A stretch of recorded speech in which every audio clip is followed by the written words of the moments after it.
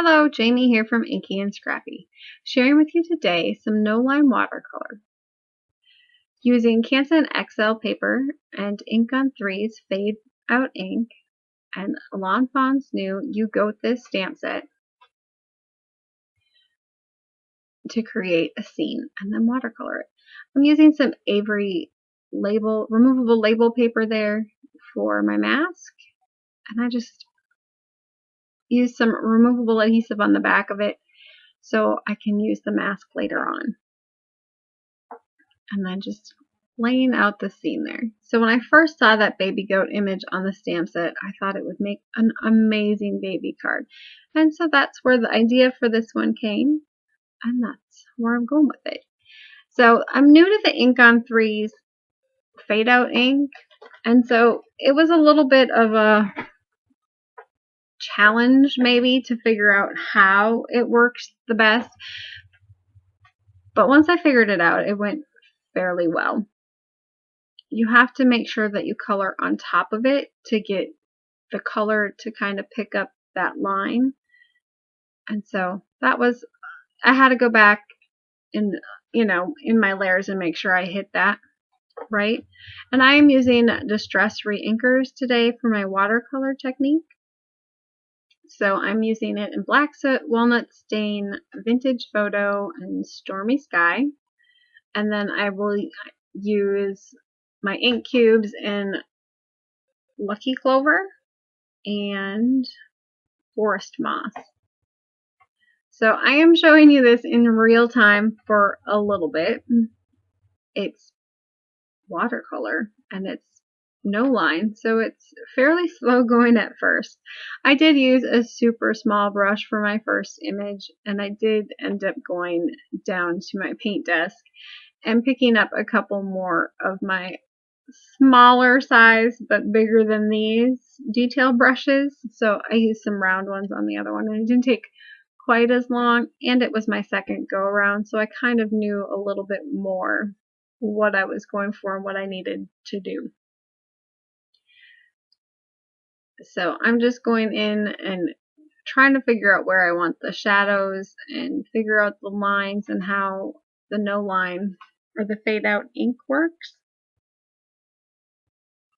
And it's kind of harder when I'm trying not to get my head in the way. I like to look, you have to get down there sometimes because the images are little. Probably why my second one didn't take as long, because I didn't film it. My head was probably right over it all the time. But so I'm just going in and laying down the first layer of color, and then I will go back and lay down several others. And I'm sorry that the camera fades in and out of focus. I'm sure it had to do with the lighting.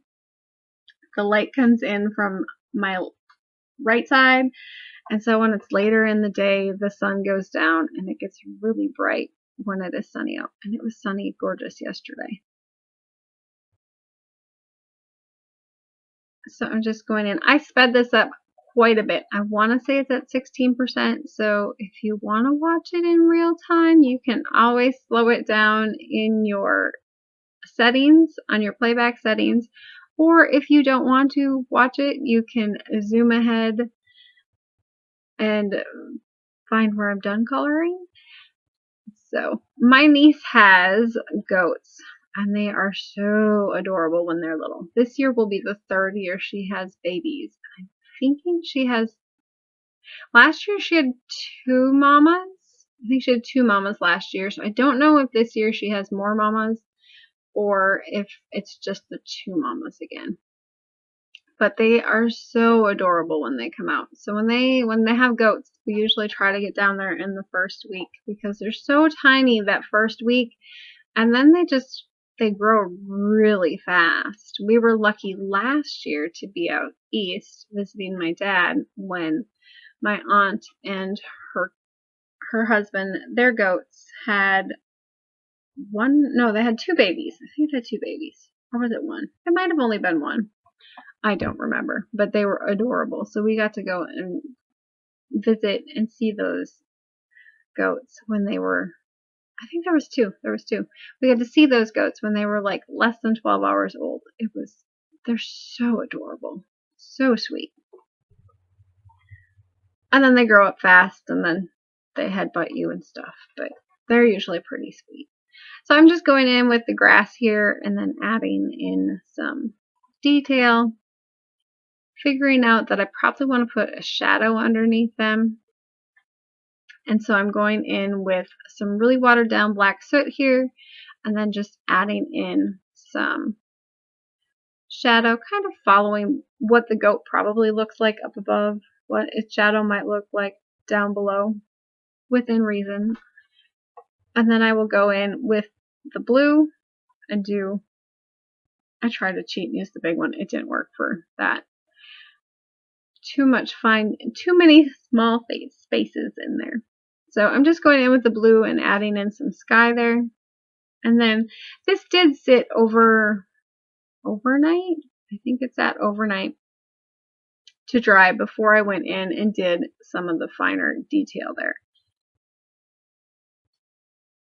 So I did go and grab I always forget that I have the Tim Holtz palette where I have my distress inks in already.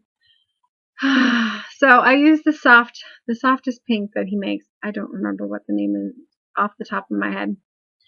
And so I did that for the little collar around the mama goat, and then I did a metallic gold, like a darker gold for the bell.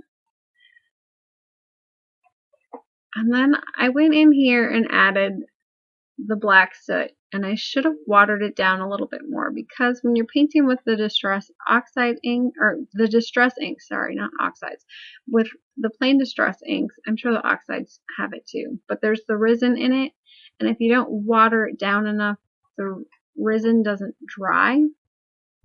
Hence why my watercolor palette, that's my Tim Holtz palette, still has ink in it that's wet, because it doesn't dry up like normal. So I went in there and blotted it. I mean, it sat for about an hour and it was still, I could still see that it was shiny. And so I went over it with a clean towel and kind of blotted it to try to get it to, get the resin off the surface and for it to dry. I got most of it off that way. When I ran the one through the die cut machine, I had put a piece of plain white paper on top of it just because I didn't want that to transfer. I didn't want anything on my plate to transfer onto my colored image, and it ended up picking up a lot of that leftover resin on the top, and so I ended up, the one that I cut by hand or with the not die cut because I couldn't find the right size die for the one that's on black,